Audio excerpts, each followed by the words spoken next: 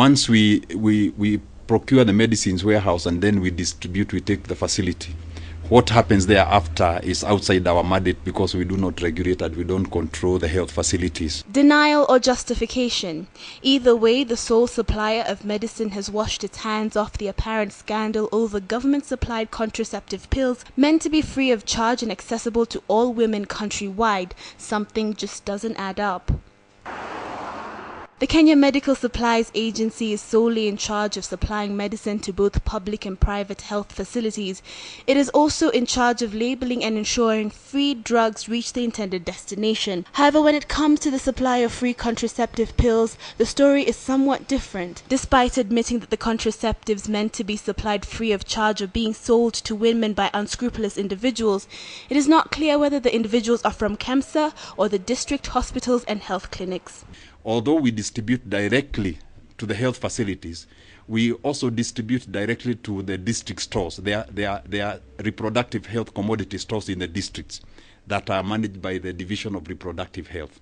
And therefore, when you talk about leakage to the unrequired outlets, it is difficult, therefore, to tell from where they come from, because these medicines are distributed through the system I've described to private medical clinics, to government health facilities.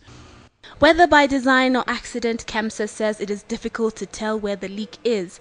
However, one thing is clear: the lack of access to this critical drug has major consequences. The most obvious being the rapid increase in unwanted pregnancies among women who cannot afford the new prices of the pill, which now retails for not less than 20 shillings. It in turn has other consequences. The rate of illegal abortions will go up, and that is really detrimental to their reproductive health. But it's not just botched abortions. Some women are said to be resorting to alternative medicine to keep pregnancies at bay. When you have a break, then that leaves them open to go and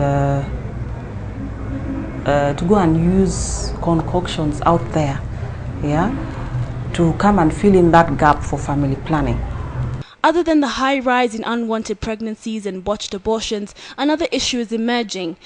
Given that these pills are meant to be supplied free of charge in both private and public clinics with the guidance of doctors and experts, the fact that they are being bought over the counter also possesses another health risk.